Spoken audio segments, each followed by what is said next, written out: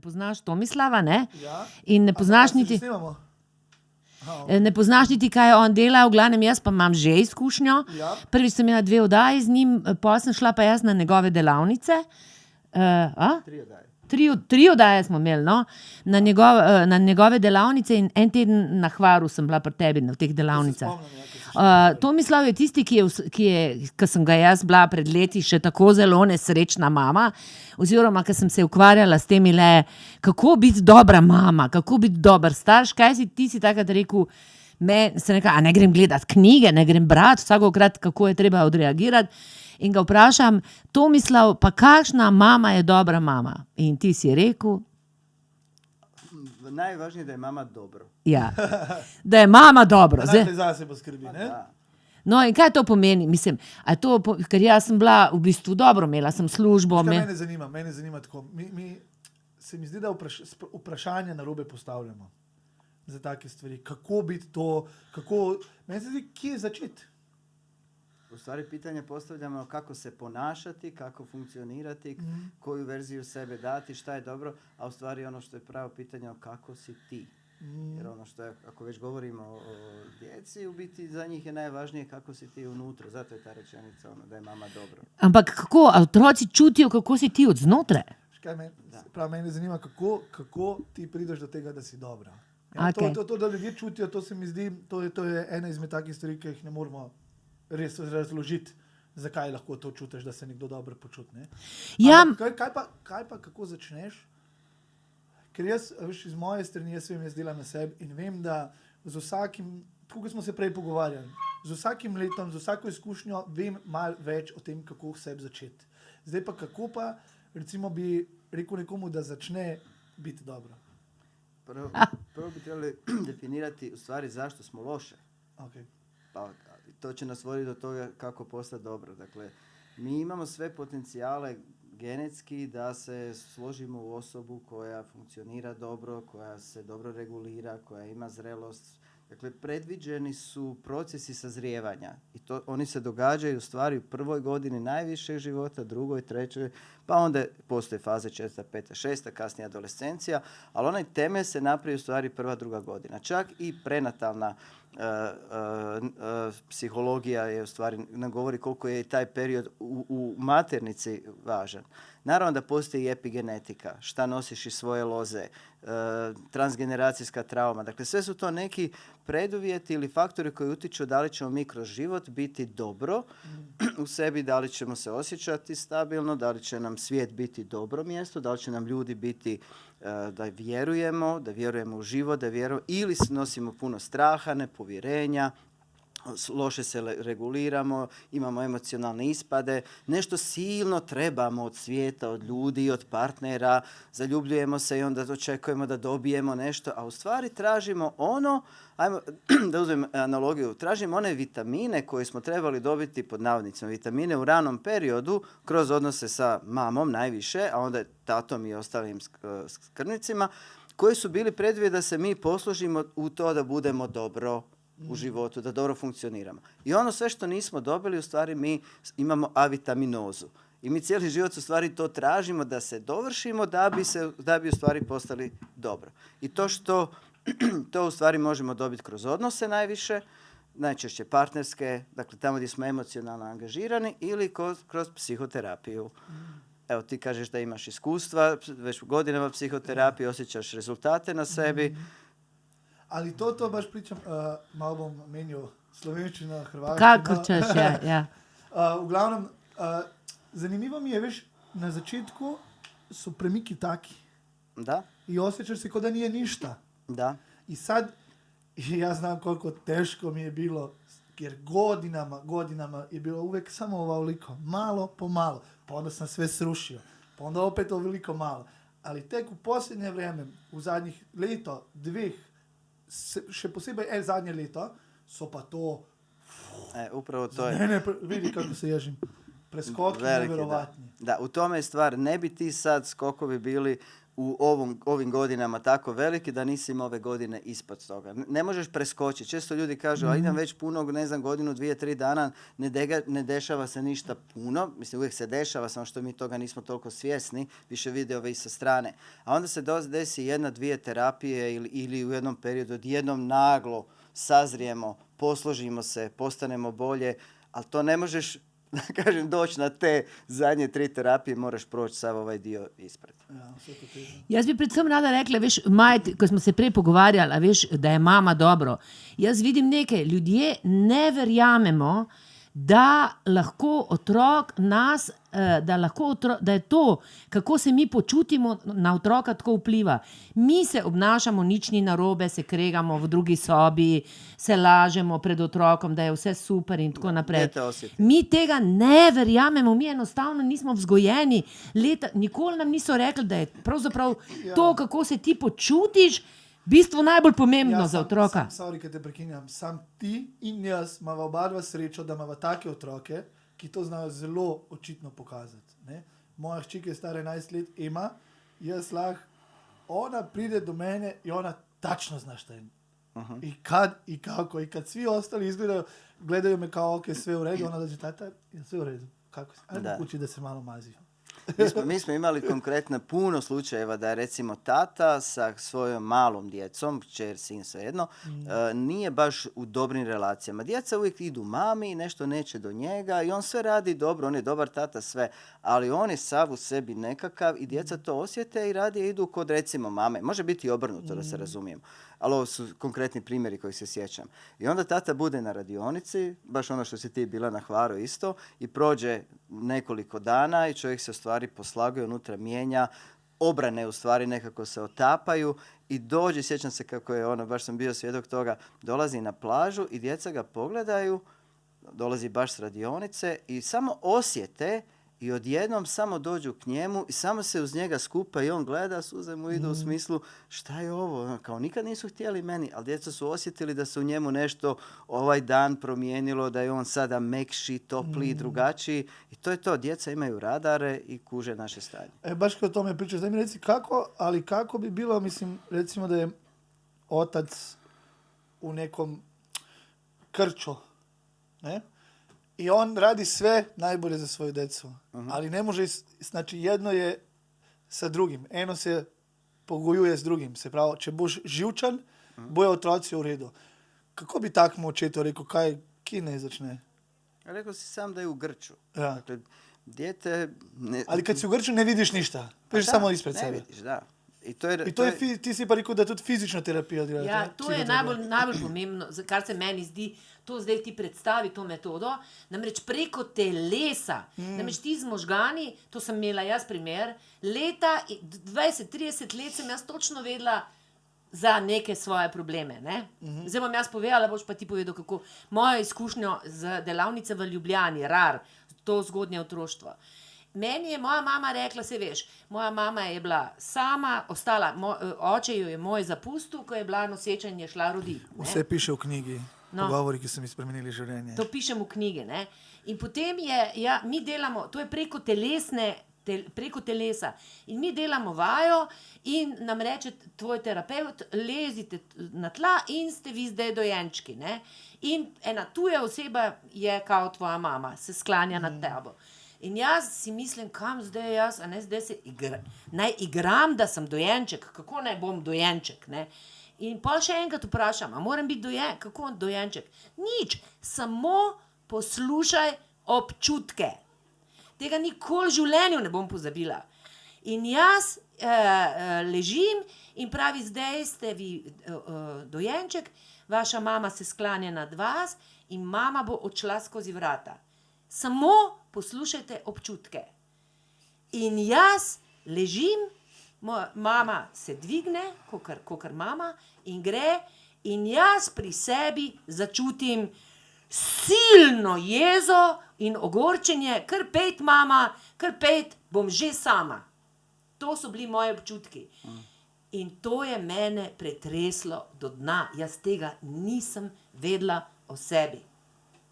Jaz nisem vedela, kaj imam jaz tam od znotraj, se pravi, preko telesa sem jaz nekaj doživela, ne? Neko senzacijo. In to je, tako sem se jaz dotaknila svoje male zvezdane, tistih prvih občutkov. Moja mama pač ni mogla mene paziti, bila je samo hranilka, ni bilo tako lepo, kot ona meni govori, ona je zame strašno lepo skrbela, ampak ona v sebi je bila prestrašena, ni mogla biti prisotna in to je resnica. To ne pomeni, da jaz mamo obsojam, ampak razumem sebe. Kaj imaš za obsojati? Naredila je največ, kar je lahko, največ, kar je znala. Zdaj pa ti, Tomislav, to nadgradi, to se pravi, to je kaj vi delate in kakšne delavnice imaš ti, tako da lahko vsak izmed vas pride in spozna kakšno resnico v sebi, da si pomaga sebi in s tem tudi svojim otrokom, kar je najpomembnejše. Valjda bomo vse napisali v opis pod našim posnetkom. U biti ušli smo u temu psihoterapije, evo ti imaš svoje iskustva sa svojom terapeutkinjom s kojom si jako zadovoljan i puno ti je učinilo. Dakle, sve psihoterapije su dobre, daju rezultate i pitanje je ono šta mi više paše, gdje ću naći osobu koja će mi se kao terapeut svidjeti. Dakle, svi po nekim analizama i istraživanjima svi psihoterapijski pravci daju u stvari dobre rezultate. Ono što je pitanje, u kom nivou mi imamo problematiku i da li ćemo se baviti kroz psihoterapiju rješavanjem simptoma, što je isto dobro i nekad nam baš to treba, ili ćemo imati vremena i želimo se baviti malo dublje i baviti se rješavanjem korijena problema, zbog čega dolazi do manifestacije. Ono što mi radimo, rekla si tjelesna psihoterapija, ona je kao i sve druge psihoterapije ima jako puno zajedničkog, dakle nije to samo tjelesna, dakle mi kao integralna tjelesna psihoterapija, škola koja je evo 6 godina u Ljubljani, mi radimo u biti two-person therapy, dakle to je relational, to je odnosna terapija. Nisu sve psihoterapije odnosne, neke su one person, neke su one and half person. Two-person therapy to znači da je vrlo dubok, realističan, autentičan odnos između terapeuta i klijenta i terapeut svjesno, da kažem, pristaje i svjesno ulazi u transfer sa klijentom. Znači dozvoljava da se događa transfer i da se iscijeljenje u klijentu događa kroz njihov odnos. I to je dosta zahtjevno za terapeuta, što znači da on mora puno godina raditi na sebi kako bi što čišći mogao ulaziti u odnos sa klijentom, da njegova stvar, problematika ne kontaminira taj odnos i da ne ulazi u kontratransfere. Zato kod nas traje 6 godina edukacija, 4 godine su isključivo rad na sebi. Kar je super. Rad na sebi. Terapeut dela najprej na sebi. Da. 6 let traja, to pomeni, da res mama mora biti dobro, ne? Da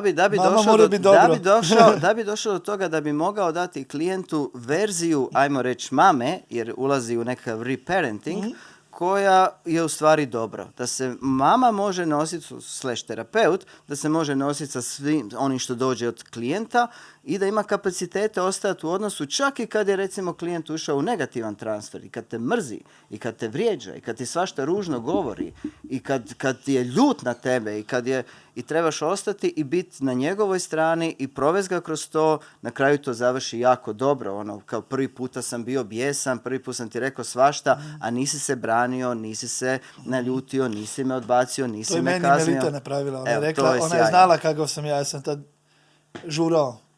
I ona kaže, ti samo kad kažeš, dođi. Nema veze u kakvom si ti stanju. Ti samo dođi. I ja iz inat došao sam u stanju. Znači u dobrom stanju. I psihadeliki nešto tako. Možeš u slovenščini samo. Ok, sem prišel k njej v stanju in tako ga si rekel, ni bila jezna, ni se krigala, še pohvalila me je. Rekla, prišel si, nikoli v življenju več nisem prišel zadet. Nikoli nisem zamudil. Edin prejšnji teden, ker sem zbolel. V 8 letih, kar delava skupaj. Zato, ker mi je ta prvič tako pokazali, kako si rekel. Evo, to je ta odnosna terapija. A ono što je tjelesna, u stvari mi radimo, pored toga što radimo na svjesnom nivou, sa ego svjesnošću, mi u stvari radimo sa nesvjesnim, što isto tako mnoge psihoterapije također rade, ali za nas, kad kažemo nesvjesno, u stvari je to cijeli organizam. Jer nesvjesno i tijelo su u stvari jedan entitet. Ja, I to je pomembno. Ima ona Body Keeps the Score od Bessel van der Kolk, famozna knjiga, koja ne objasnila djelomično to, u stvari sve ono što mi nosimo kao impresije iz ranog perioda, pogotovo emocionalno važne, koje se mi eksplicitno ne sjećamo, definitivno mi nemamo sjećanja prve 2-3 godine, većinom ljudi, ali naše tijelo je zapamtilo sve. I čim porođaja, ako možemo ga i u njega ući, i ovo što si rekla kad je dojenče, kad je mala beba, dakle sve naše tijelo pamti i mi u stvari kroz tijelo dolazimo do toga šta je taj organizam, odnosno osoba, doživjela kroz život, ono nam priča povijest te osobe i kroz rad na tijelu mi u stvari možemo prepravljati naše nesvjesno kako bi naše današnje funkcioniranje koje je pod utjecajem nesvjesnog bilo drugačije. I drugi dio, kad kažemo tjelesno, to podrazumijeva rad na autonomnom živčanom sistemu, na nervnom sistemu, jer to što se mi osjećamo napeto, što se osjećamo da smo ubrzani, što se ne možemo pustiti, što smo živčani, što smo stvari, to je stanje autonomnog živčanog sistema. I u biti mi kroz psihoterapiju, u stvari, zato je i tjelesna, mi u stvari radimo na rekalibriranju autonomnog živčanog sistema i recimo imamo situacije, baš neki dan sam pričao s jednom našom terapeutkinjom, sada nekad klijenticom, polaznicom, ona je cijeli život imala hladne noge. I nama hladne noge jako puno govore o tome, dakle ruke, stopala, govore o tome kako je taj organizam, reći ću opet, prošao u ranom periodu, ukazuju u stvari na postojanje rane traume, došlo je do određenog rekalibriranja, odnosno kvarenja funkcioniranja autonomnog živčanog sistema i čovjek često živi cijeli život sa hladnim nogama, što nije samo stvar nogu, nego to je i određeni senzibilitet, vezano je najčešće s određenim gastrointestinalnim problematikama ili tendencijama, vrlo često ima veze i sa minus dioptrijom.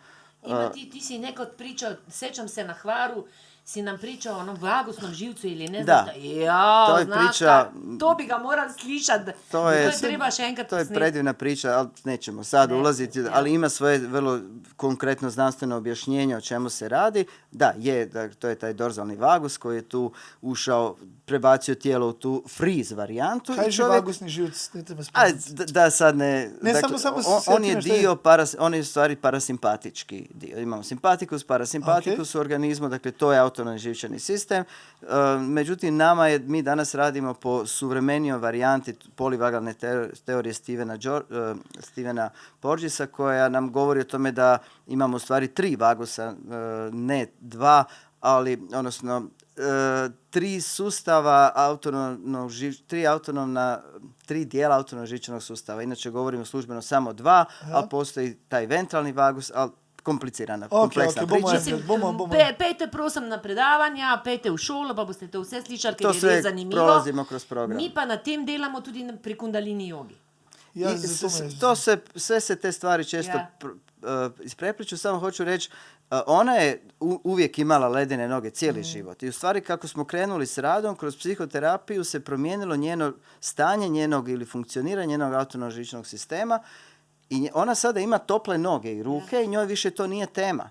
Dakle, mi smo zaista promijenili i to se događa ljudima i klijentima. I meni tudi se je to zgodilo.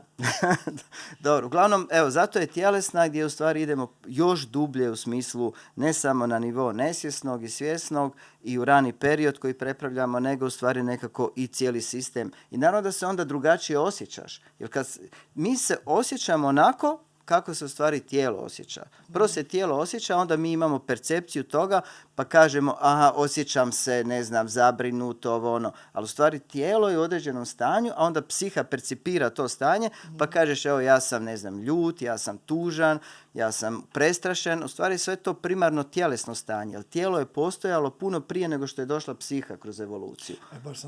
Lih to sem hotel vprašati. Jaz sem zgodovinar, ravno berem o Mongolih, o Džingis Khanu. Ne? In se vprašam, kdaj se je začelo človeštvo ukvarjati s svojimi psihološkimi travmami. Ne? Ker tam oni so tudi bili, oni so živeli na mongolskih planjavah, življenje je bilo težko, otroke so jih poimenovali šele po 1 letu, če je otrok preživel, so mu šele dali. In se pravi, so velike travme, težke travme, lakota, posiljevanje, umazanija. Znači, toliko je bilo tega. Kako si recimo predstavljaš, da je bilo pa takrat? Kako su ljudi takrat to prenašali? Samo pogledajmo kakva nam je povijest, koliko je tu surovosti, grubosti. Dakle, inače, Michel Odan je jedan bitan lik koji je uveo koncept tih dula i porođaja. I iz njegovih radova, sjećam se njegovih knjiga i sličnih knjiga, u smislu da se iščitati da su kroz povijest u stvari postojale kulture koje su bile agresivne. Evo možemo uzeti primjer stare Grčke, recimo Spartu, koja je bila agresivna, koja je imala taj sistem ako dijete preživi, beba, ako se baci preživi nešto u tom smislu. Ok, ako nije, onda nije trebala ni živjeti. Tako. I vidimo kakvi su Spartanci bili. Dakle, surovi, borbeni, agresivni, nemilosrdni. A s druge strane imali smo u isto vrijeme Atenu koja je imala drugačiji koncept života. Dakle, evo, isti narod, vrlo blizu, ali su dvije koncepcije. Sad, kroz cijelu povijest mi smo imali miroljubive kulture koje su imale pozitivno roditeljstvo ili majčinstvo i agresivne kulture. Nažalost, ono što je realnost bila, da su ove agresivne pregazile i uništile. Na kraju krajeva pogledajte samo osvajanje Amerike, kad je bijelačka kao agresivna rasa došla i jednu vrlo pitomu, da kažem, rasu Indijanaca koja je tamo bila, koja je imala puno zdraviji odnos prema svijetu, prirodi, prema svemu, ju je satrla, uništila. Dakle, to se dešavalo kroz cijelu povijest. A na nivou pojedinca mi smo imali u stvari kroz povijest pojedince čiji su obrambeni mehanizmi bili na najjaču aktivirani. Dakle, odvojeni od emocija. Što si agresivniji, bolje ćeš preživjeti. Što manje osjećaš, to će ti biti lakše u životu. Dakle, pojedinac je u stvari loše prošao. Njegov život je bio grub, surov i on se osjećao loše u sebi. Ali zbog toga bio ubitačan i mogao je preživjeti. Sad, prvi puta u povijesti, osim renesanse, mi na većem dijelu svijeta, ajmo reći konkretno zapadna civilizacija, imamo jedan ipak duži period ili duže periode mira, tu i tamo od svakih 40-50 godina svjetski rat, ali u principu mi ipak živimo sada u povijesti u mirnijem periodu i sad konačno možemo postati ono što u stvari jesmo, ispod tih obrambenih mehanizama, možemo doći bliže ono svojoj ljudskosti koja je uvijek bila u povijesti, samo nije bila dominantna. Ali da ti kažem, najveći imperij pored engleskog i mongolskog su bili Rimljani, a kod njih se porodio stoicizam. Kod njih nije bilo, kako si rekao, da si bio agresivan i to. Kod njih je bila kao ta fasada. Kako pa to vidiš? Ker tako da rečem, ker sem razmišljal med tem, ko si govoril, sem razmišljal o tem, da ipak te civilizacije, se pravi, te, ki so bili res agresivni, so pojedali tiste, ki so bili pasivni, recimo, na temu rečemo. Ampak je bil velikrat večji mir na svetu. A veš, kaj mislim? Se pravi, ko je Džingis Khan bil, ni bilo kriminala. Bio je mir zato što je... Vsi so se bali, noben ni našel iti narobe. Da. Ne? In isto, prav se, kaj še tako primem, in isto v Grčiji, Atene, oni so bili težki borci, ampak oni so imeli pa zraven filozofijo. Ne Hipokrat, ne Sokrat.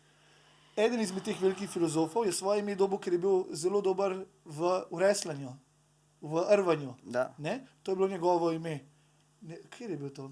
Vseeno, ampak kaj point, kaj hočeš povedati? Hočem vprašati, kako misliš ti, da je povezana, se pravi, ta fizična bolečina, agresija skozi zgodovino bila. Dakle, imate istraživanja Prescotta, John Prescott, jedan od znanstvenika koji je sa doktorom Harlowom radio na oni poznati Harlow Monkeys. Ako nekog zanima, izgooglajte, impresivno. I mi to isto radimo na Raro, ako se sjećaš onih majmunčića. Taj doktor Prescott je poslije pokazao i dokazao da u stvari što je više u ranom periodu bilo pleasure, dakle što je organizam djeteta bio izložen većem stupnju ugode, što znači siguran attachment, što je John Bowlby uveo teoriju attachmenta. Danas Alan Shore govori o regulaciji afekta kao upgrade teorije attachmenta. Dakle, što je bilo više dobrosti u životu, to u stvari osoba je kasnije u životu miroljubivija, toplija, nježnija, Što ne znači da je glupa i naivna, nego jednostavno ima tu topliju ljudsku dimenziju. Ako je bio nedostatak pleasure u životu, onda se u stvari to dijete transformira, odnosno razvija u osobu koja je više agresivna, kojoj fali ta toplina i to je ono što potvrđuje ovu... Da. Hvala. Ampak mene zdaj zanima, zdaj pa če smo že pri tem, današnja civilizacija, se pravi današnji čas, kaj pa pol to pomeni, ki si rekel, da se lahko več ukvarjamo sami sabo. Ampak poglej, starši so danes zgubili čist avtoriteto, danes se obrača, tako da mladi in otroci maltretirajo starše, ves čas se sprašujemo, kaj nobene samozavesti ni več, v smislu, oziroma se sprašujemo... Fantje postajajo vse bolj punce, ja, punce postajajo vse bolj moški. In dviguje se filozofija, spet ta agresije, discipline, torture, spet kao, da bo to rešilo svet. To, ali kaj to se ne zna da vprašati, kako je to disciplina. Onda se iz jedne krajnosti pokušava ići u drugu, a ne sagledava se ono što je u stvari ideja prirode bila. U biti, mi svi težimo nekakvom dobrom stanju u sebi. Dakle, ti ratnici koje spominjemo, oni se generalno u sebi ipak nisu osjećali mirno, spokojno. Baš sam, prekjučer sam imao priliku razgovarati s jednim koji je bio ratnik i sve. On i dan danas ne može spavati poslije koliko već 30 godina. Ima velike zdravstvene probleme, psihičke probleme. Dakle, naizgled ovako kad ga vidiš, rekao bi super čovjek, snažan, ono, ali kad počne pričati, u njemu nije dobro.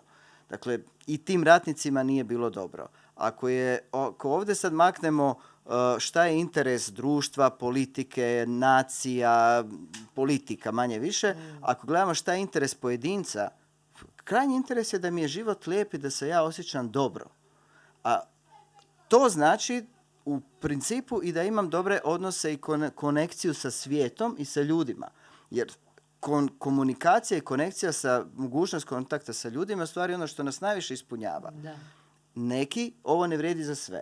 Oni koji imaju određenu vrstu rane povrede se nalaze dobro jedino kad su izdvojeni iz svijeta, kad su sami, kad su šumi i njima je tada dobro. Ali to nije ono kako je bio njihov kompletan potencijal. Potencijal je bio da mi imamo dobre međuljudske, dobre interpersonalne odnose. I to nas ispunjava. Pa što idemo na terapiju, u stvari da doživimo da nas neko doživi, da nas neko čuje, da s nekim dijelimo svoju nutrinu i da se osjetimo osjećenim. I to nas mijenja i to nas čini cjelovitim, ispunjenim. No što više imamo obrana koje nastaju jer smo bivali povrijeđivani, pogotovo u ranom periodu, te obrane, ti obrambeni mehanizmi nas u stvari odvajaju od nas samih. Na neki način me štite od svijeta, štite me od unutarnje boli, ali ja nisam u kontaktu ni sa sobom, niti znam biti u kontaktu s drugima. I živim alijenirano i od sebe i od svijeta. Ono što je pitanje šta je tu sebe, pa to bi mogli, ali nećemo stići sada to. Sam baš htjela. Da, postoji, kratko ću reći, Jungov koncept selfa, dakle, i Winnicottov, dakle, nešto što je, ko sam ja stvarno u sebi unutra. Da li ja sebe na van živim onako kako se uistinu osjećam u sebi unutra. I onda sam autentičan, onda se osjećam realizirano, ispunjeno, a velika većina ljudi u stvari nema tu privilegiju. Pravi kompromis sa onim što sam ja u sebi i šta ja mogu vani pokazati, a da sam siguran da ću biti welcome. Negdje... Ajde, želiš reći? Ne, super si povedal. S tem se tudi jaz ubadam zadnje čase. Da. Zelo veliko je to vprašanje, kaj sem jaz noter, pa kaj sem jaz na zunaj. In se mi zdi, da to si super povedal, to je v bistvu zame cilj psihoterapije. Kaj hočem biti? Jaz hočem biti na zunaj to, kar sem na not. Evo, baš je to. Da vsi ljudje, pa te, vidiš, dajte malo delati na sebi, preverite kakšno knjigo, pejte na kakšno psihoterapijo, lahko vam povem iz prve roke. Ja. Veš kaj, zanimivo postane, ko začneš kopati po sebi, ko začneš res dojemati, vedno več, ko dojemaš, vedno bolj je zanimivo. Jaz nisem v šolo hodil, jaz sem sovražil šolo.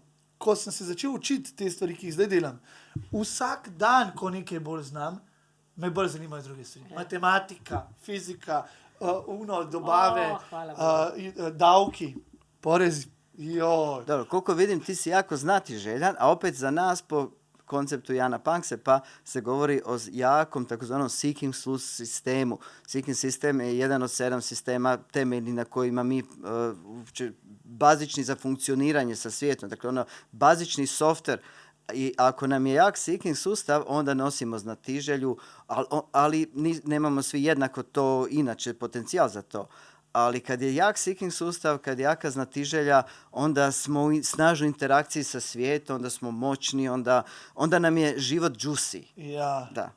A nije bilo uvek tako. Vem, da ne. Mnogo. Ampak jaz sem komi čakala, da ker to sem jaz tudi doživela in komi sem čakala, da pride do Moja tega. mama jedina stvar, pričala mi je, htjela mi je dobro, ja to znam. Ali sve te godine kad ja nisam bio dobar, samo jedna stvar mi je išla kroz mozak. I rekla je, radi što god hoćeš u životu, samo mi je teško što nisi ambiciozan. A vidi sad. Što nemaš ambicije. I to mi još sad odzvanja u glavi kad sam kući, kad znam da sam nešto napravio i da sam na dobrom putu, to je ta stvar kad se ja vidno spomnam. Ne? Samo to mi je rekla vidno, tam škoda da nisi ambiciozan. Šta si ti čuo tad? Ništa. Ne, šta si čuo? Šta ti je u stvari ona rekla? Šta si ti doživio da ona tebi govori? Šta je tvoje nesvjesno biti percipiralo? To što sad ti pričaš, meni je sve kad se sećam tad svoje osjećaje, sve to bilo mi je u magli. Šta sam ja čuo, kako sam je to video.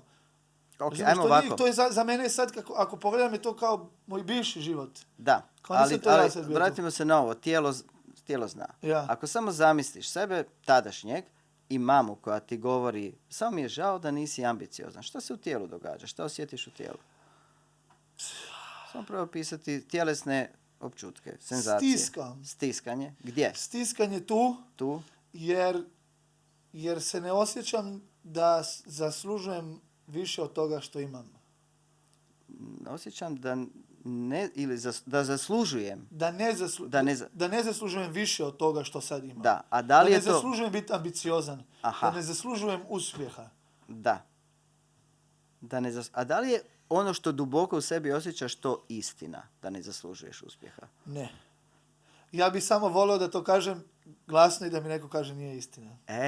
Znači negdje izvana treba doći poruka koja će zarezonirati s onim što osjećaš u sebi, stvarno, i onda da bi mi afirmirali ono što u nama je stvarno, neko izvana nam to mora napraviti takozvani mirroring. Mora nam dati iščitati ono iskustvo koje, ono stanje, onaj doživljaj koji mi imamo u sebi, neko nam mora izvana to potvrditi. I tek onda to možemo realizirati u sebi. To je zadatak, to je trebao biti zadatak roditelja, a u biti može biti i prijatelj kasnije u životu i partner, ali to je zadatak terapeuta da osjeti ono što ti negdje osjećaš u sebi i da ti potvrdi to, da ti, ja to kažem, amenuje na neki način. I onda ja dobivam pravo se na van osjećati onako kako se osjećam iznutra. Dakle, tebi je samo trebalo druga poruka, nešto tipa, vjerujem u tebe, imaš prava biti, bit ćeš ono.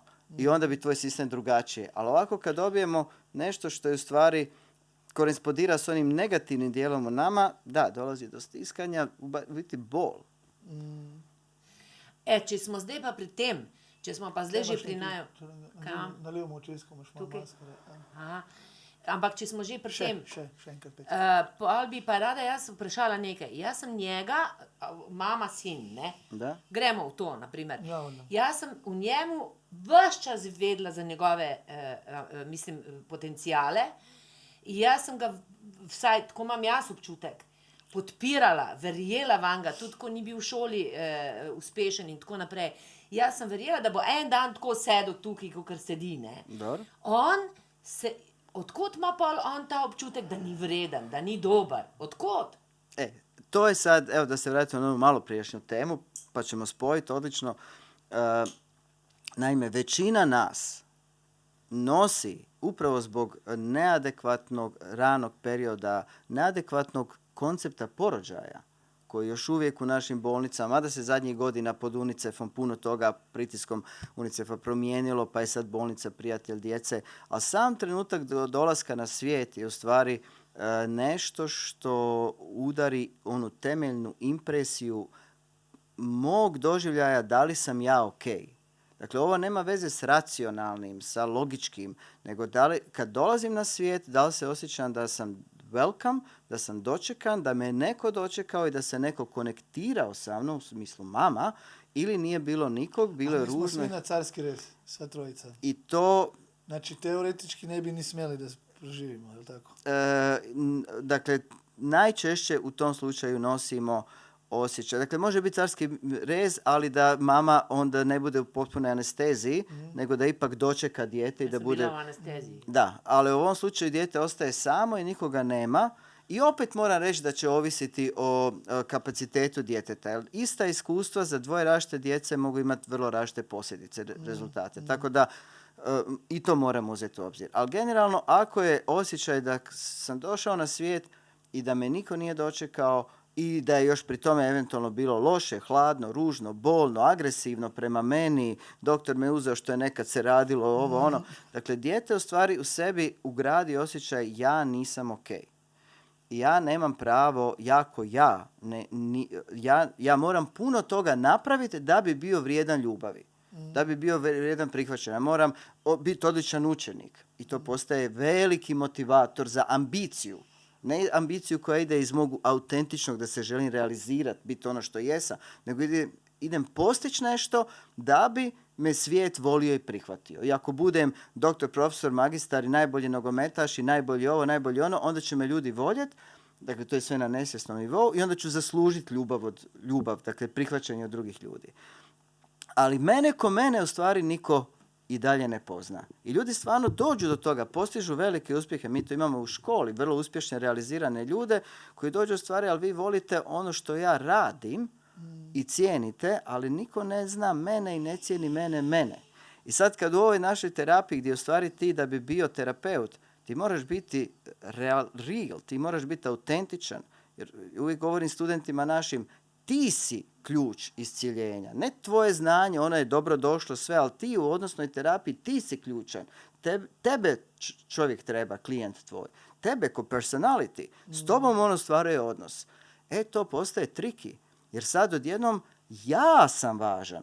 I ljudi tu često na 5. godini ulaze u krizu koju prođemo, ali u stvari sad se događa da me mora bit. Da me može bit. Prvi put mene može bit. Jel me kužite kad kažem ja mogu biti na van, ja imam pravo biti ja stvaran na van. I onda nastane frka, nastane kriza, nastane užasan strah. Jer postoji jedan program u našem sistemu koji se tada u stvari osvijesti. A to je ako me bude, neće me biti.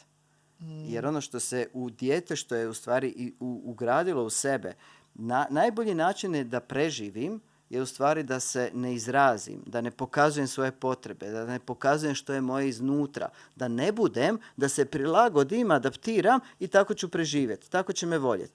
I sad odjednom, nakon, 40-50 godina, 30 svejedno, imaš priliku biti ti stvaran i onda nastaje frka. Šta? Sad, ako me bude, neće me biti. I onda prolazimo kroz taj još proces gdje u stvari tijelo se pokoči, ljudi ulaze u kontrakciju, sve, počnu se trest, sve, jer osjetim, sad me može biti. Ali kad to prođem, kad to preživim, onda, evo me, tu sam, pa that's me, šta god da bude. Evo, sad jaz bi samo vzel trenutek, da bi se zahvalil univerzumu, ker sem se spraševal ta vprašanja zdaj zadnji 3 tedne, točno to, kar zdaj govoriš. Točno do tega sem prišel zdaj stanja. Kaj sem lahko jaz, kaj ne. Mislim, da naslednji koraki moji poslovni in tako od mene zahtevajo, da sem jaz na zunaj in na not. In se bom... Če me boš sprejel, bi z veseljem, da je prišel na kakšno terapijo. Ali pa na... da te bo. Ja. Jel ti mogu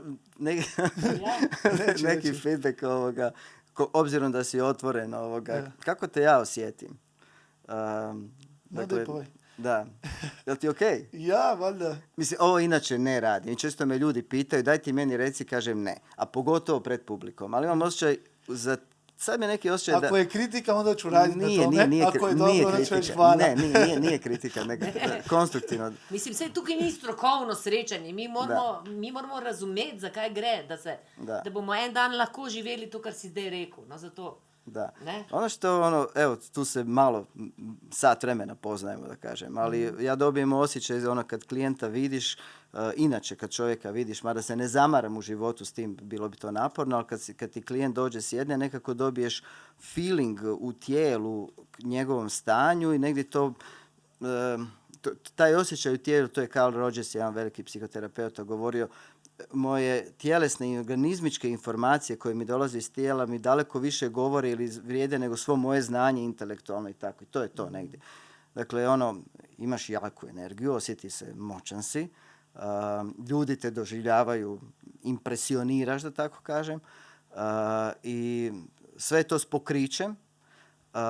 Postoji dimenzija, evo, koju bih ukazao, osjetim puno ljutnje, bijesa unutra, puno energije koja u biti nije own, nije još uvijek nešto što mi kažemo to own, da posjeduješ, da je negdje vratiš u svoj sistem. Dakle, nešto što energetski izliječe van, onako da je dosta sharp, dosta onako oštro, da tako kažem, to impresionira, ali i tebe na neki način izbacuje iz nekakvog balansa. Ono što je neka tvoja perspektiva, to je ono što mi zovemo prorada ili tuge ili ljutnje ili straha ili nešto. U stvari u ovom slučaju govorim o proradi ljutnje koja mi prvo nekako strši, je u stvari kad nju, mi ništa, sve što proradimo, mi ništa nismo ostali bez toga. Nego jednostavno počnemo posjedovati. Odnosno vratimo u svoj sistem i ta sva energija koja sad nekako nekontrolirano izlazi na van, vrlo oštro prema drugima, u stvari ostaje ti unutra, ali te popunjava cijeloga iznutra i onda gard, u stvari attitude prema svijetu i kako te svijet doživljava se počne mijenjati i ljudi osjete tu moć, ali više ne ide ništa sharp, nego ide onako nekako osjete tu neku moćnost i nema potrebe niti za dizanjem glasa, niti za bilo čim. Jednostavno, samom pojavom već pošalješ energiju i ljudi to respektiraju, osjete i ne trebaš puno ni pričati sve. Dakle, to je negdje tvoj potencijal koji osjećam, koji bi se desio kroz, ajmo reći, proradu ljutnje koja za sada još I znaš prolazi. šta je ta ljutnja? Baš to što si sad pričao. To da nisam nikad u životu nikome pokazao ko sam pravi ja. Ok. I niko ne zna, ni mama ne zna ko sam ja. Nikome još nije upoznao. I kad god sam u životu pokušao pokazat, dobio sam batine. Aha. I sad je to je ta ljutnja. I sad isto tražim kako to, pa kako smo rekli, treba vjerovatno polako, mic po mic za mene. Mislim, ja osjećam se svaki dan bolje, ali znam što misliš. Jer one 2 godine kad je bila korona sa mamom smo radili mnogo na sebi duhovno, pa reiki, pa ono, pa ovo. I u tom momentu sam bio miran. Sasvim miran, kako si rekao, nisam ni pričao mnogo, nisam ni... Ali kad sam se vratio u real life i sa ljudima, onda opet me pogodilo. Da. I to ja sam sad opet mitigirao sa nekim pušenjem trave i heavy sport. Treba da boli sve još 3 dana. Da. I to sam htio malo popričati sa tobom, jer ja sebe osjećam ipak kao muško i ja volim historiju, ja volim prirodu, ja znam da sam životinja u sebi, ja znam da sam spreman mnogo. I kako ti, recimo, kako mi vidiš koliko je važna disciplina kad radiš na sebi? Zanimljivo mi je da to pitanje postavljaš, jer već time što postavljaš to pitanje, mi u stvari puno govori o tebi. Što? Ja, super! Da, već samo to postavljanje u stvari ukazuje, dakle, bliska ti je disciplina, bliska ti je ideja. Evo, mogu reći da mi možda u ovih koliko godina radim terapiju, nikad nikome to nije pitao. Dakle, već je to indikativno. Dakle, već negdje pretpostavljaš, assumption je da već postoji... To je iskustvo isto. Dakle, naš rad je u stvari jako u smislu poštovanja kapaciteta klijenta. Dakle, onoliko koliko čovjek može. Disciplina vrlo često znači tjeranje sebe na nešto što u stvari mi se ne radi, ali disciplina me tjera da od toga kako učimo ili boksamo ili vježbamo nešto, moramo imati disciplinu. U ovom radu mi ipak da kažem, u disciplinu ubrajamo to da negdje osluškuješ sebe, svoj ritam i svoje potencijale. Zato naša škola ima jedan koncept koji nije tipičan za inače. Dakle, prvo krećeš sa programom Rani razvoj utjecaj na život, ovaj RAR što si ti prošla. To ti preporučam, res. Onda se kreće na osobni razvoj koji ide 4 godine, gdje teoretski možeš i pauzirati. Nekad i mi kažemo možda bolje da sad staneš, mada ljudi žele ostati sa svojom grupom, pa to rijetko se desi, ali eto, opcija je pauziranja. A onda kad si spreman, najranije na 3., nekad na 4., nekad poslije 4. upisuješ terapeutski practicing, dakle počinje paralelna edukacija, dakle pratiš svoj ritam i ljudi kažu ja sada moram ići na sljedeći stupanj, 3. stupanj, to je taj terapeutski practicing, meni bi to bilo forsiranje. Ja se ne želim forsirati. Dakle, nema discipline da vi sad morate, nego onda kad si spreman, onda ljudi kažu, evo, sad sam spreman. Nakon godinu dana uzeo sam si još terapija i sad idem. I onda tek nakon toga, kad završiš 3. i 4. paralelno TP ili nešto kasnije, upisuješ 5., 6. koja je terapeutski trening, opet onda kad si spreman. I ljudima nekad to traje puno više, ali realno nikom se ne žuri, jer kod nas ljudi ne upisuju zato da bi dobili diplomu, pa da imam diplomu.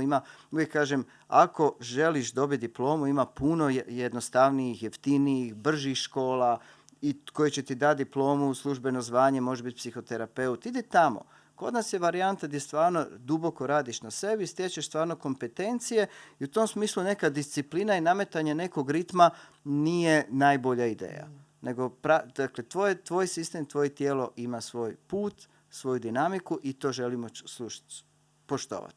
Ono što eventualno tražimo od ljudi, gdje bi se moglo reći nešto u smislu discipline, da se ipak ide redovno na terapije, gdje često naš sistem ulazi u otpor. Kad god dođemo do nečeg čeg se na nesvjesnom nivou se ne želimo povezati, a upravo to bi sad bilo neka transformacija i promjena, počnu se dizati otpori i onda meni se ne ide, ja ne bi.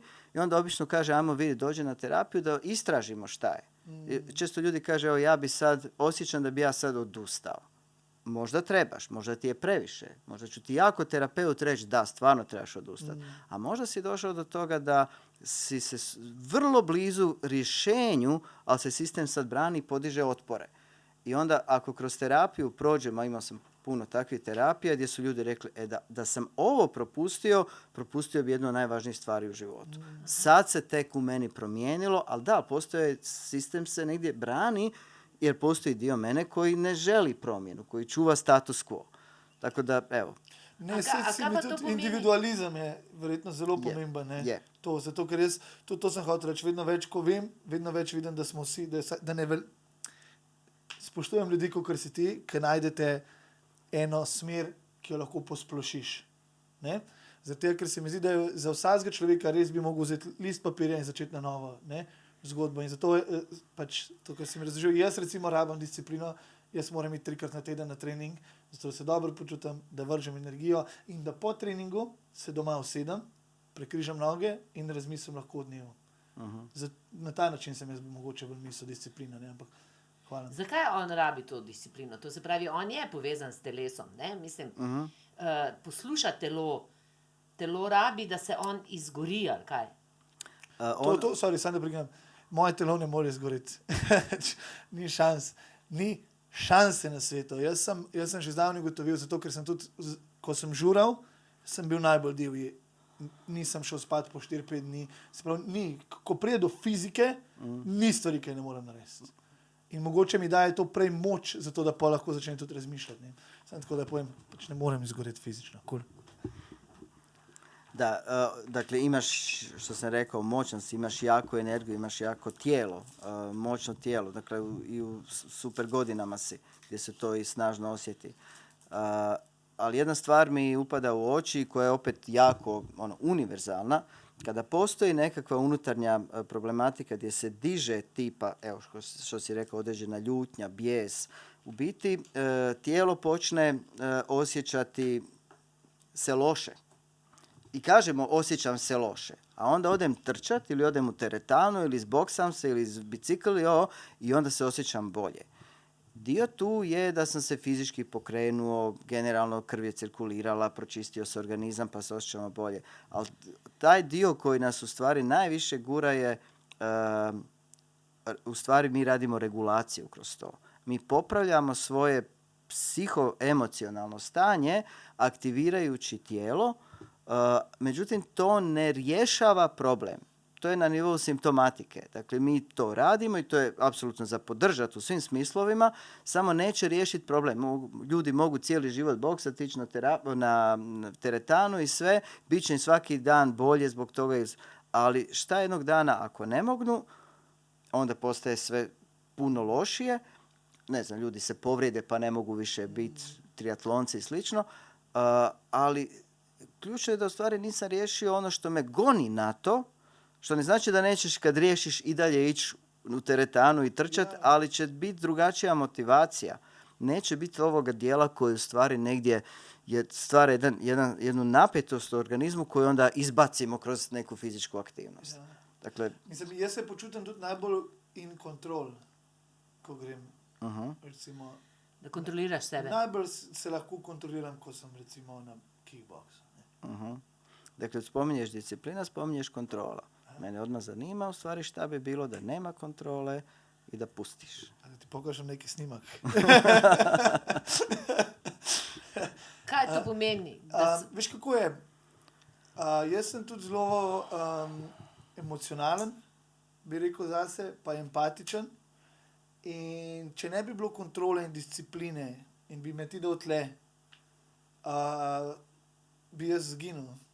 Zlomil bi se. Šta bi se? Slomil bi se. Raspao bi se. Raspao bi Mi se. to kažemo raspao bi se. Ja, Da. raspao bi se. I obično kažem u terapiji dok se ne raspadneš, dok ne pustiš, što nije lako, to niko ne može doći reći sad ću ja to napraviti. To se mora desiti, često godina treba do toga da u stvari tvoj sistem, a to je opet autonomni živčani sistem, dok on ne popusti, dok tvoj sistem ne pusti kontrolu, dok se ne desi jedan break koji ne mora biti, neka se ljudima desi pod tragedijama životnim, život me slomi. Bio sam ja, ali okolnosti su učinile i onda nastane break. Slom nekakav.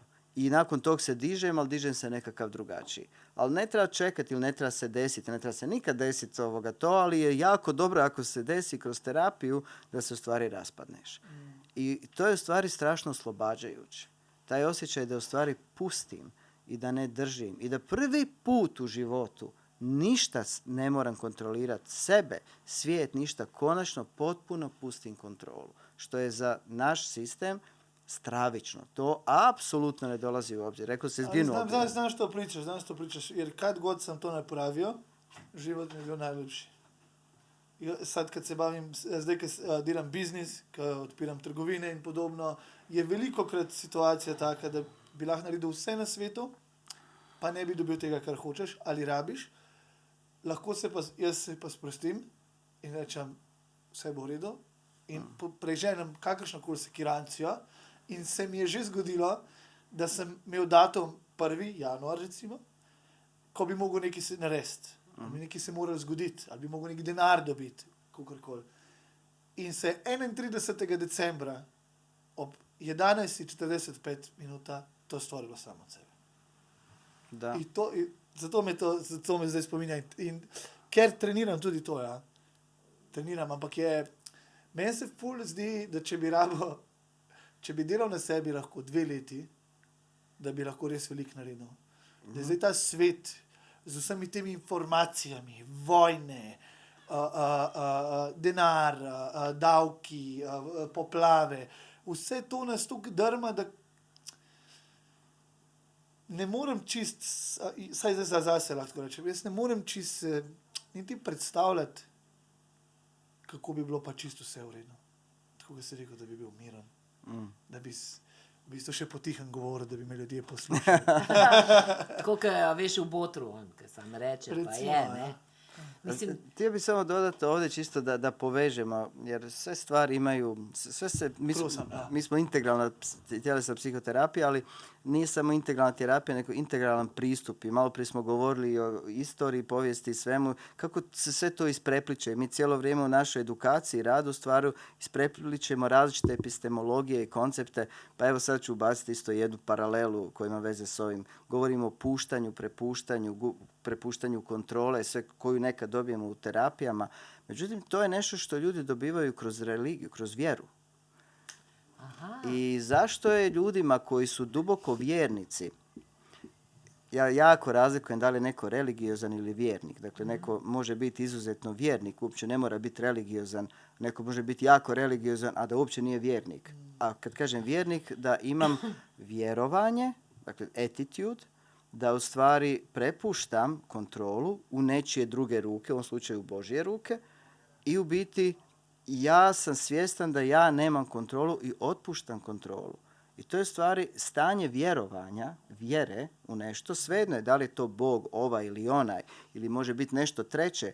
Nije bitno u šta vjerujem, nego sam čin, sam proces vjerovanja u stvari čini da ja puštam kontrolu i moj organizam ulazi u drugačije stanje. I mi duboke vjernike, bez obzira iz koje konfesije dolaze, u stvari obično osjetimo kao ljude koji su peaceful, gledamo u filmovima, oni imaju neki mir ili poznajemo nekako, imaju neku stabilnost jer vjeruju u Boga. Ali kažem, u ovom slučaju ja neću ići dalje od samog čovjeka, dakle ne bavim se time šta se nakon toga događa, ali u čovjeku stanje vjerovanja je u stvari stanje prepuštanja kontrole.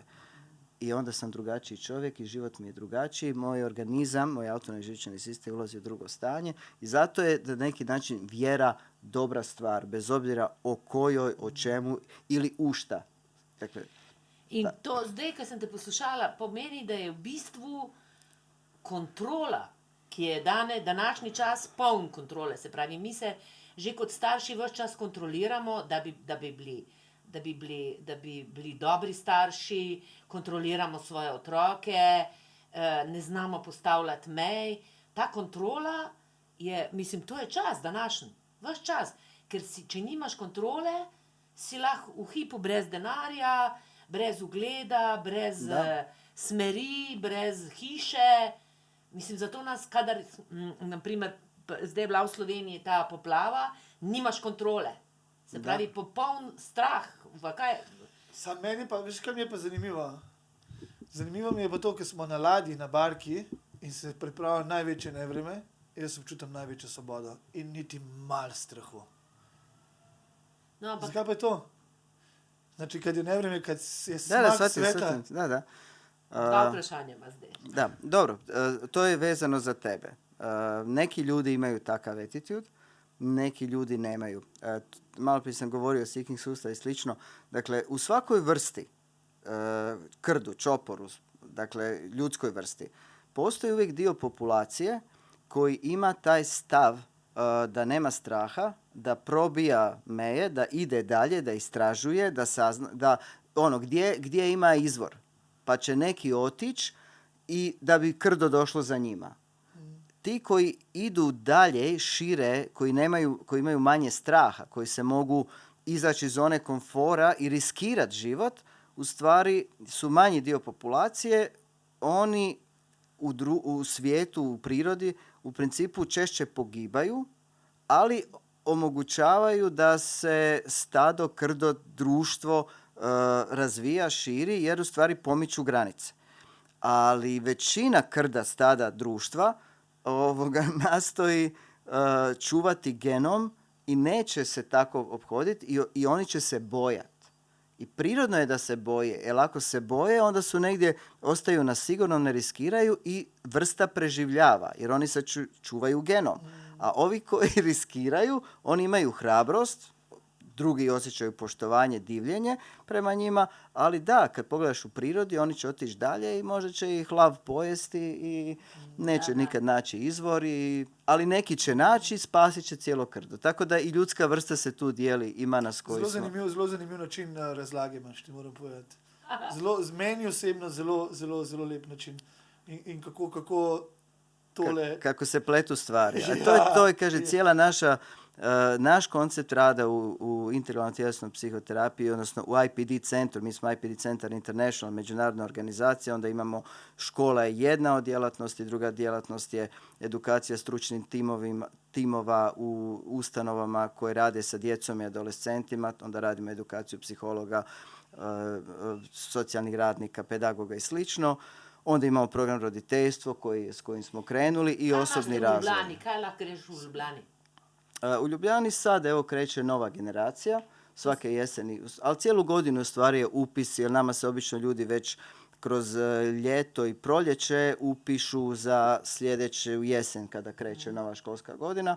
A već smo, evo rekao sam, 6 godina u Ljubljani, imamo svoj prostor u Ljubljani, svoj centar, već generacije su izašle. Kje je to, imate prav svoj prostor? Kje je to? Da, u Kolarjevoj. Kolarjeva. Da. No, v glavnem, najprej je RAR, to, kar sem jaz hodila, ker si zdaj... Kaj je RAR? Dajte meni zdaj povedati. Gremo pa zdaj na to. Zdaj pa ti meni povej, kaj delaš. Kaj delate vse? RAR, ja. Rekao sam, IPD Center International je krovni. Jer mi radimo u više država i u stvari sad imamo i online programe već godinama u stvari koji su naši polaznici su iz cijelog svijeta.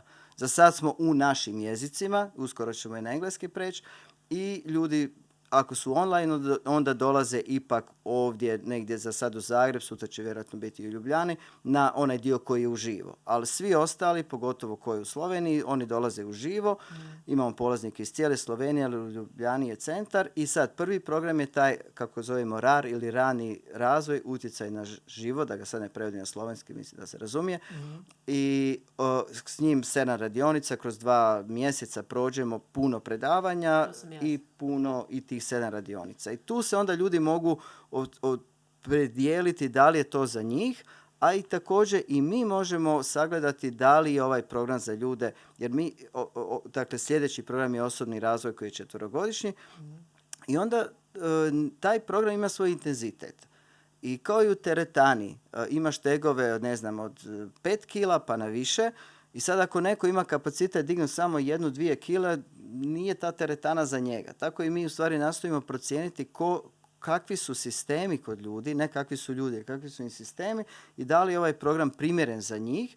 I onda nekad kažemo ljudima nije za tebe, bez obzira što neki žele upisati, a neki tek kad vide o čemu se radi, sad baš želim upisati i onda kreću sa osobnim razvojem kao program. Jel možemo mi zvati Ministarstva za školstvo da čuje kako se to radi? Dobro. Školstvo ima svoje probleme, imali smo tu... Ne, a taj pristup to je lijepo.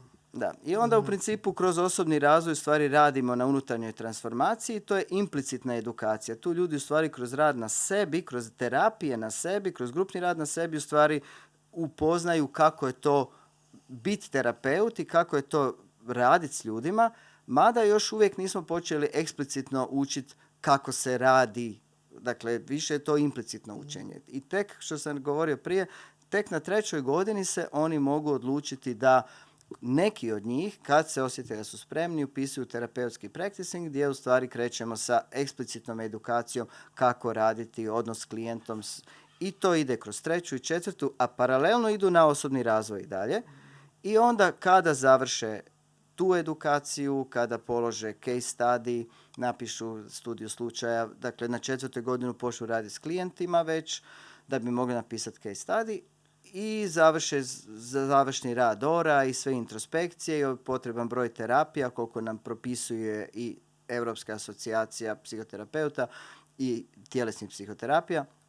Dakle, postoje propisi za svaku školu jednaki i onda može upisati 5. godinu, odnosno TT, kako zovemo napredni terapeutski trening, 5. i 6. godinu, kada u stvari kreće najintenzivnija edukacija. Tad već radiš, sad si već poluterapeut pod supervizijom, ali možeš već raditi sa klijentima pod supervizijom, stjecati iskustvo i tu te onda škola prati sa intenzivnom edukacijom i onda za 6 godina završiš program, ovisno koliko skupiš ostali sati supervizije, rada s klijentima i svega, i onda se dobiva diploma psihoterapeuta integralne tjelesne psihoterapije. Imamo v Sloveniji že imaš svoje terapeute, ne? Zdaj Da, sad smo već u 6. godini, tako da je sad prva generacija završava ove godine školske i polako ćemo imati završene. Lahko pa s kakšnim, prideš sam na podcast s kakšnim tvojim, kako ti jim rečeš, da je terapeutom? Da, može, da pače. Ili s polaznice. Imate polaznice naše u Ljubljani predivne. Pa pridem jaz, hvam. Dobrodošao. Baš sam gledao koliko mi onda, kad ću onda biti terapeut za koliko ali ovoga... u ogledalo i u zrcalo i sam sebe. Ali svi kad krenu s tim, ljudi će reći, to je sad skroz 6 godina, na kraju mi bude žao što je samo 6 godina, jer u stvari mi dalje nastavljamo, nikad nismo stali s edukacijama, ali svi koji su u programu kažu pa stvarno ne može prije. Ako radiš ovako kao što radimo mi. Ako se radi o učenju terapijskih vještina, to možeš za 4 godine svladati u raznim pravcima, ali ako radiš na unutarnjoj transformaciji da bi mogao biti two-person therapist, onda to zaista zahtjeva barem 6 godina. In ti imaš še poleti tabore oziroma taka tedne na Hrvaškem, ne? Na Hvaru? Da, ali sad ih imamo i na engleskom jer naši tičeri su sada, imamo naš tim učitelja, ali imamo i vanjske učitelje iz Švicarske, iz Njemačke, koji su stvari legende tjelesne psihoterapije, doslovno, koji su stvari dio našeg tima i sad smo i mogućnost je imati i sa njima radionice na Hvaru, mada su one popunjene našim polaznicima i obično ne oglašavamo vani, ali obično neko povede nekog svog poznatog, ko će sutra upisati. To tudi svetujem, mislim, en teden na morju, na glavo se ti obrne. Mislim, da je to stvar, ki bi jo morali ljudje bolj... Da bi morali biti bolj splošna, bolj integrirana v splošno izobrazbo. Vedno bolj, ko razmišljam, zaradi tega, ker jaz nimam neke želje biti terapeut, ampak se mi zdi zaradi mene, zaradi mojega življenja, zaradi moje hčerke, zaradi mojih prijateljev, zaradi ljudi, ki delajo za mene, se mi zdi to odgovornost, da bi jaz šel Da, to je jako odgovorno. Ali samo uvijek svima kažem, ja do svoje zadnjih dana sam tvrdio edukacije, sam tvrdio da nikad neću biti terapeut. Nikad, a ni tad. Tako da, definitivno, to je meni bilo, ne pada mi na pamet ovo. Dok nisam počeo raditi, shvatio ovo je najljepša stvar na svijetu i želim ovo raditi. Sve dotadašnje aktivnosti sam onda išao zatvoriti, posvetio se ovome. Tako da mi namjerno ostavljamo ljudima vremena da odluče, jer često se motivacije promjene. Često oni koji su na prvoj godini rekli ja želim biti terapeut, onda dođu i kažu na trećoj ovo je preodgovorno, preozbiljno, nemam ja kapacitet za to i neću ići, idem samo dalje za sebe. A neki koji su tvrdili da ne bi nikad bili, kažu ovo je fenomenalno, ja ću zatvoriti sad svoju odvjetničku kancelariju ili svoju stomatološku ordinaciju ili ne moram zatvoriti, mogu raditi paralelno. I želim se ovim baviti, jer ovo mi je definitivno najljepše što želim raditi. Mislim, meni je tudi, veš, jaz sem letos na taboru mavričnih bojevnikov, ADHD, sem ugotovil, kako imamo v bistvu mi dostop do enih zelo zanimivih otrok, ki poslušajo. In jaz sem že zdaj, čeprav nimam nobenih izkušenj ali pa kredibilnosti, da bi bil in moram biti kdaj terapeut. Ne? In če bi jaz tem otrokom z znanjem prišel, se mi zdi, da to je pa tista stvar, ki rečemo, hočemo narediti spremembo v svetu. Mi 30 lahko pogovarjamo, tudi jaz nisem več tako mlad. Ampak če pa lahko nekomu tako mlademu, kot je Ema, razložiš in pomagaš, tle lahko pa naredimo spremembo. Ker jaz sem jim začel, kaj sem jaz začel delati letos na taboru? Rekel sem samo dobrota, samo dobre dejanja, samo to, nič drugega. Ali pa če si kakšen otrok reče, joj, kjer sem debil. To je moj prijatelj. Mojemu prijatelju ne govoriš debil. So take malenkosti, dobrota, sprejemanje in oni kar poslušajo na veliko in upijajo to. In ko grejo iz tabora, vsaj tisti dan, ko grejo iz tabora, so še zmeraj taki. In se mi zdi fulpo, a z otroci tu delaš, ti rekel? Ne, mi ne radimo sa otrocima, ali radimo sa djecom u odraslim ljudima i eventualno edukaciju ljudi koji rade sa djecom.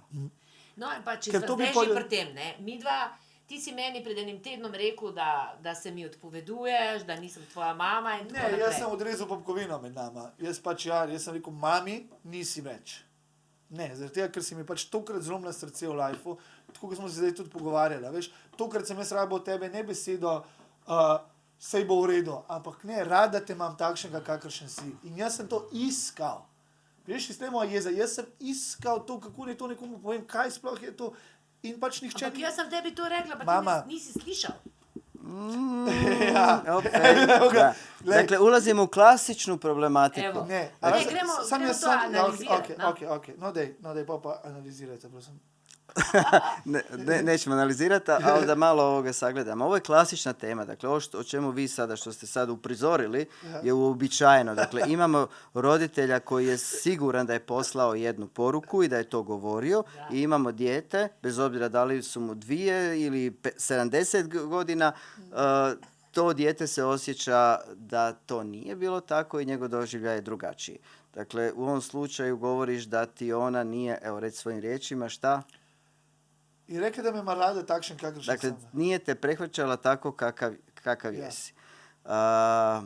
Na nekoj razini roditelj osjeća da je to dao, a s druge strane roditelj u svom, ajmo reći, strahu i potrebi da impruva dijete mu stalno ukazuje trebao bi ovo, žao mi je što nisi ambiciozan, žao mi je da ovo, gdje u stvari ako ti govorim loše stvari, mislim da ću te potaknuti da budeš bolji.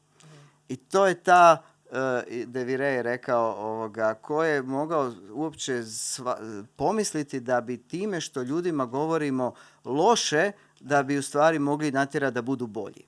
A to mi radimo stalno. Stalno. Cijeli naš sistem pravosuđa, kažnjavanja i sve skupa hoće natjerati ljude da budu bolji zato što ćemo te kazniti pa ćeš ti onda postati bolji. I to ne radi. Dakle, a pustimo... Ja ću samo uskočiti, jer ja, ko majka, to se sećam osjećaja,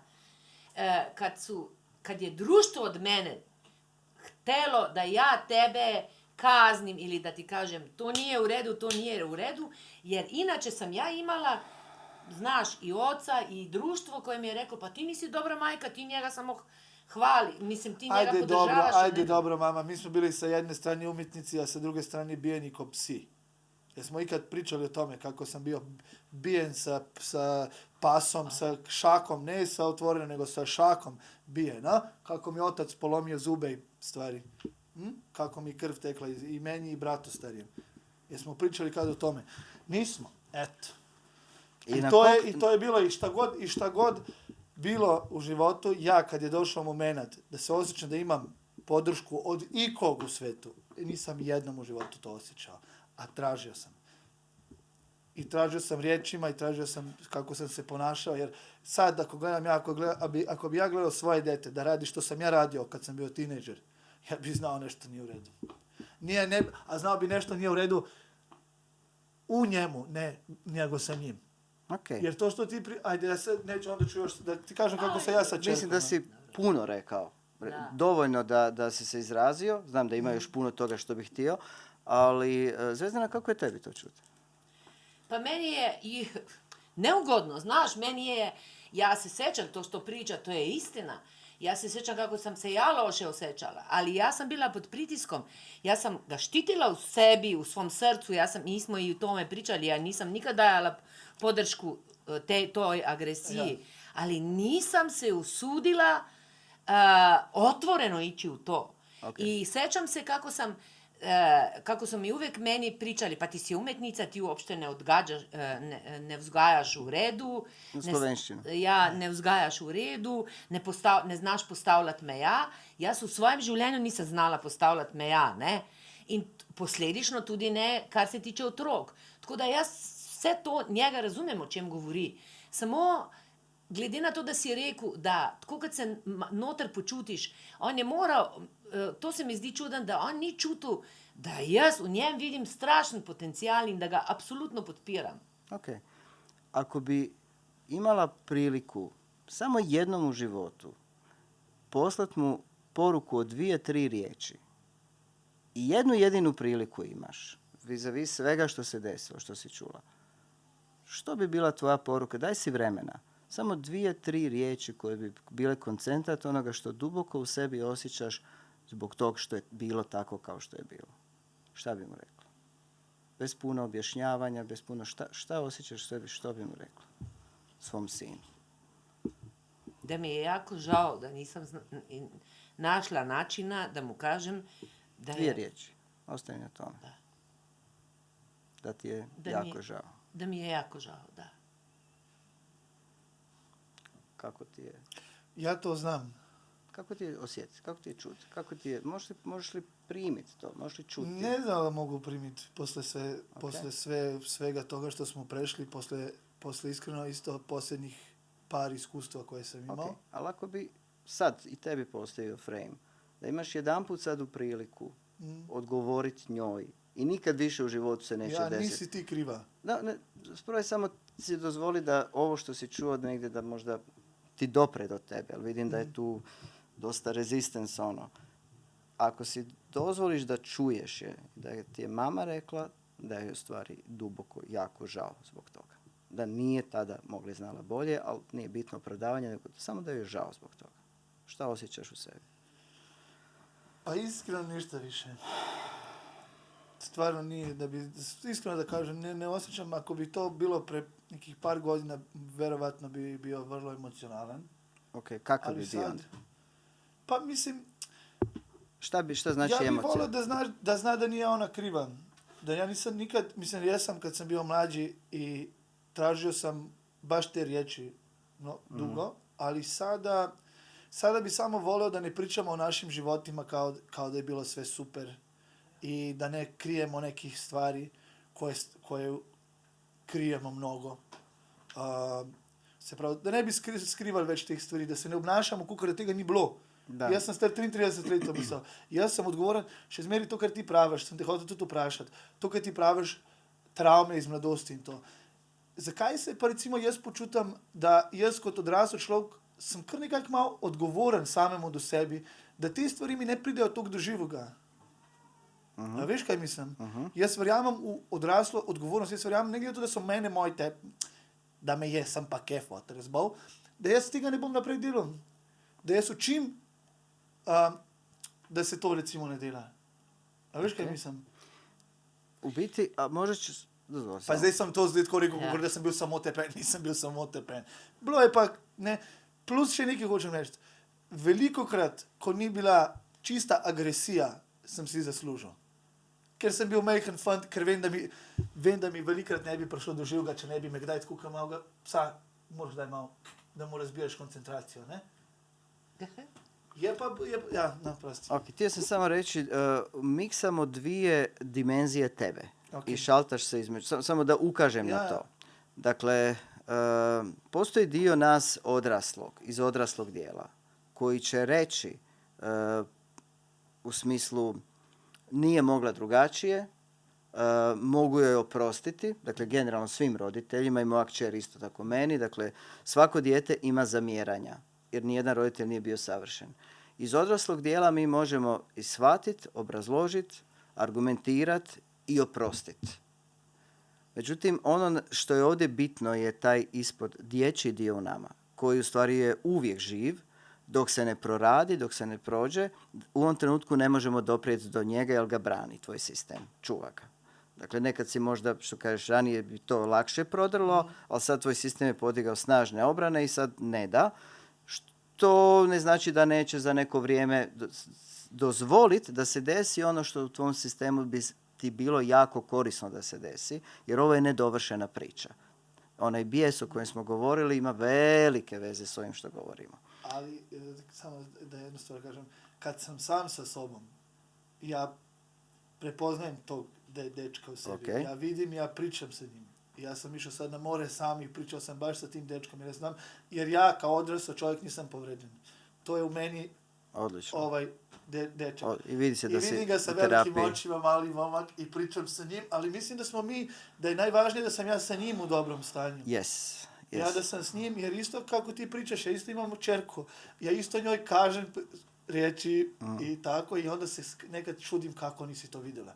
Ali a veš, zato jaz ne morem kar oprostiti vsega, da rečeš, ja nisem mogla. Jaz za svojo hčerko se usedem, razmišljam o svojemu razmišljanju. Jaz sem, dolgo časa recimo, sem se obnašal, kot da imam fanta, hčerko, da imam sina, ker sem to vedno nekako ponotranjil. Da. In ko sem enkrat dojel, ker sem isto tako kar šamar dal za neki, kot bi dal sinu tle vzadi, pa sem rekel, fuck maj, pa ti nimaš sina, ti imaš hčerko, nižno punčko. Od tistega dne naprej, to mislim, vsako nedeljo, ko je pri meni, ima lepo banjo svojo, dajeva si maske, laske sušim in sem spremenil totalno svoje razmišljanje. A veš, kaj mislim? Je, jako bitno. Ne? Jaz bi samo rekla, in z odnosom ne z njo, z mojo hčerko, jaz celim rane mojemu majčku. Tako jaz to vidim. A veš, s tabo sem pa zadnjič rekel, ker je treba prerezati popkovino, pri tebi jaz vedno iščem neko podržko še zmeraj. Pa še zmeraj iščem, a veš, toliko let sem ti probal nekaj dopovedati, da nek bolan del mene še kar hoče ti nekaj, a veš, dopovedati, ne? Kako da bi bil zaljubljen v eno žensko, ki veš, da nikoli ne bo nič z njo. Kako sem imel tudi jaz to, ne? Pa probaš povedati, pa probaš pokazati, pa spremenil sem se, pa to v sebi naredil, strgal bi si srce za to, da bi ona dojela, da sem jaz boljši. Ampak zdaj sem pač zadnjič sem rekel, nisi več moja mami. Ne moreš se več obnašati, ker moja mami, ker sva dala, toliko stvari sva dala skozi. Da ne pač moraš biti več moja mami, lahko si mat, ampak mamica moja pa nisi več. Jaz sem tebi odgovorila, jaz bom tvoja mama, mislim, kakorkoli že tvoja mama, jaz sem, ne. Jaz tudi razumem, tudi ne rabiš mislim, jaz ne prosjačim, da mi ti meni oprostiš nekaj, ker jaz za nazaj itak ne morem nič spremeniti in jaz sem lahko zdaj približno vidim, da tudi ne spustiš si blizu, ker v bistvu ker sem bila pri Tomislavu delala in vem, kaj on sprašuje, ker v bistvu ljudje ne razumemo, ko ti vprašaš, ko ti zdaj vprašaš, ti vprašaš samo za občutek, ne? Samo za tisto, kar v tistem hipu občutiš, ki nima nobene logike za vsem tem, ne?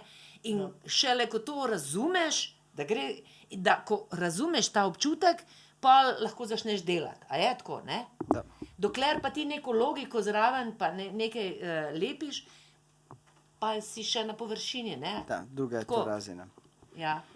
A veš, občutek... Mislim, da bomo morali mi še enkrat malo daljši session narediti. Jaz mislim, da se moramo... podcast, 2-3 ure. Ja, 2-3 ure narediti, ker mi smo se zdaj, ti si bil res zelo odkrit in... Jaz ne skrivam več ničesar. Jaz mislim, da moja pot do mojega salvationa je to, da ne skrivam ničesar in pokažem moj pravi jaz. In ne zato, da biš, a veš, zdaj bom rekel, kar da bi se pizda, šparam vas cel life, stari, cel life vas šparam.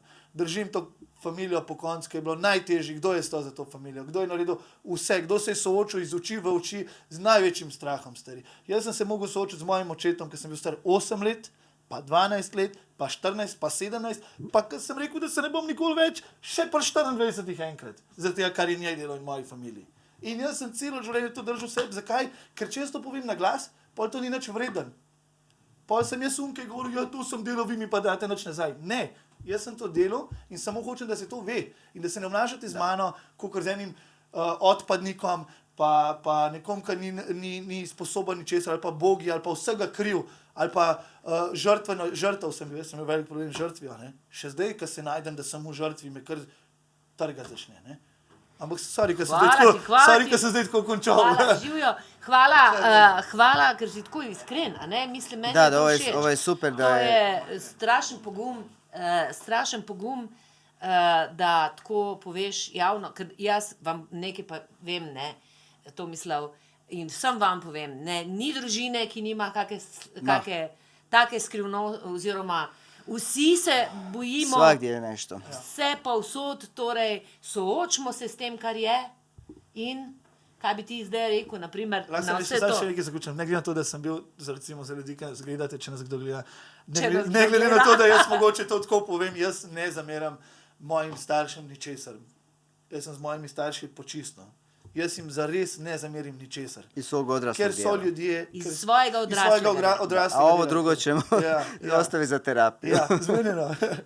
Ja bi samo htio, Zvezdana, tebi čestitati, nekako i zahvaliti. U ime možda ljudi koji su te opet imali priliku, svaka ti čast što dijeliš sa sobom svoje emocije, ono što nosiš u sebi, jer time u stvari mislim da puno ljudi dobije jako puno što osjeti, nisam samo ja. I Zvezdana je takva I to je jedna velika tvoja uloga u društvu. A htio bih i tebi čestitati kao predstavniku i sve djece, da kažem, svi smo mi djeca nečija, da si se usudio i otvorio ovako reći, ali ovo sve što ste uprizorili je jako često. Puno češća tema, samo naravno da se to svi čuvaju, sve familije to ne govore, to ne ide van, a u stvari ako progovorimo, ako se pokaže da je to ljudski, da je to među nama i da je to normalno, mislim, nije normalno u smislu da ne bi trebalo tako biti, ali obzirom koliko je često postalo je normalno, a ajmo vidjeti, to je bila neka naša misija kao i škole, centra i sve to što radimo i tvoja terapeutkinja i svi terapeuti što rade, ajmo učiniti što više u društvu, da jednostavno svijet bude bolji, da ovoga ima manje, da se neke rane zacjeljuju i da u stvari imamo puno terapeuta koji u tome procesu mogu pomoći, jer ipak nam tu treba nekako živa osoba i neka ta znanja, da nam bude lakše i ljepše. To je tudi moje sporočilo za konec. Hvala ti. To mislim, mi bomo še naredili nadaljevanje, ker mislim, da bi bilo fino, Jaz bi se ti tudi zahvalil, no? Da si prišel. Zelo všeč mi je, ko spoznam nekoga, ki jaz njemu rečem od istega drevesa list. Zato, ker imaš tak lep način pogovora in razmišljanja in vidi se ti, da si fokusiran in zbran in bi zelo rad s tabo se še kdaj tudi usedel in zagotovo se bom pozanimal tudi za kako temu rečete, šola. Ja. In naj vas ne bo sram. Sram je tisti, ki je v bistvu tudi v tem bazenu srama, se vsi vrtimo, nihče ni popoln in vse se da spremeniti. Mama, ti ne znaš zaključiti, ti ne znaš niti začeti, niti zaključiti. Mi smo na RTV-ju pisali. V glavnem, vse podatke o Tomislavu, o njegovi šoli, o njegovih delavnicah boste imeli v opisu dol, seveda pa povabite še koga, da nas pofollowa. Mino z mami se bo še veliko kregala, tako da lahko tudi kakšnim novinarjem pošljete kakšen izsek, da bomo bolj slavni. Pa še enkrat hvala tudi Jaketa za vse. No? In Tomislavu. Ne kličko, kliča! Ajde, čao! Čao!